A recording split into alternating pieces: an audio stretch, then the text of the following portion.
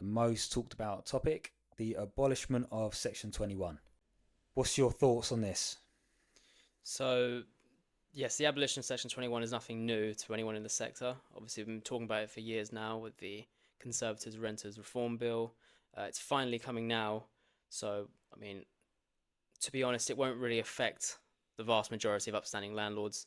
It's more so getting rid of the practice of getting rid of a tenant just because of personal reasons, or maybe you just want a different tenant in there. So there's still Section 8, Yep. which you can use. So let's say, for example, if a tenant is in breach of contract, doesn't pay rent, is a nuisance to neighbours, you want to sell your property, when you want to move back into your property, you can still use Section 8 to evict tenants.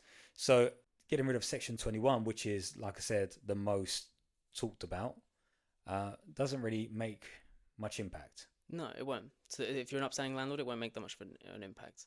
If you still need to regain access to your property for those reasons you just said, you still have no issue using Section 8. So I believe that the ban on Section 21, let's just put it into an arrangement. If the landlord just didn't like the tenant for any reason, they can't get rid of them. Or if the tenant is constantly complaining about areas of the house that needs to be worked on, that needs to have maintenance work done to it and completed, the landlord can't give Section 21 for that basis either. So that's the reason why they're looking to abolish it. It's the increased security, which is the mainstay, is the main goal of these legislation, is to give renters and tenants more security in their tenancies. That's the thing you'll see the most in these points. Okay, brilliant. Let's transition to number 2, which is no fixed term tenancies. Having a look through that now, what I can see is a tenant can move in on day 1 and give 2 months notice on day 1 to vacate. Now, will that work in the landlord's favour? I don't believe so. The reason is, when a tenant moves into property, you've got to pay, the landlord pays for an inventory, pays for contracts, pays for referencing, it depends on the agent that they're using. So they pay and they make, and let's say that gets deducted out of the first month's rent. So their first month's rent is always lower than what it should be anyway. Then you're going to have the second month, and then the tenant moves out again. They've made a loss. Yes.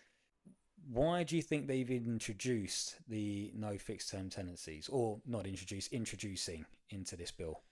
If you're an existing landlord or even a tenant, because some tenants like the assuredness of having a fixed term tenancy. Some people like being on an AST because it shows, okay, nothing can happen even for 6 months, 12 months. On a periodic tenancy, it gives tenants a lot more flexibility. However, it gives no minimum term. So I think as this legislation goes through House of Commons and Lords, we may see some changes to this. However, as it stands, as I understand it, tenants could, as you just say, move in, then give their notice. But why would you? If you're an upstanding, normal tenant who's been appropriately referenced, who's looking for a property in the area, there'd be no reason to. Same way an upstanding landlord has no reason to just indiscriminately hand their notice to their tenant to vacate. I'm going to guess as well, if you've got, let's say for example, you've got a property, we have 3 candidates that want it, 2 are looking for just a short term of a 2-month basis, one's looking for a long term, the landlord's going to choose the long term tenant. Now the problem would be if the tenant or the client turns around and says, no, I'm looking for long term, but actually knows they're only looking for short term. We wouldn't know any different, the landlord wouldn't know any different, and then that could cause a problem. So I do think they need to look into that a lot more when that goes through. Episode 4 is now out in full to watch on YouTube. Don't forget to like and subscribe to show your support for the channel. I hope you enjoy it.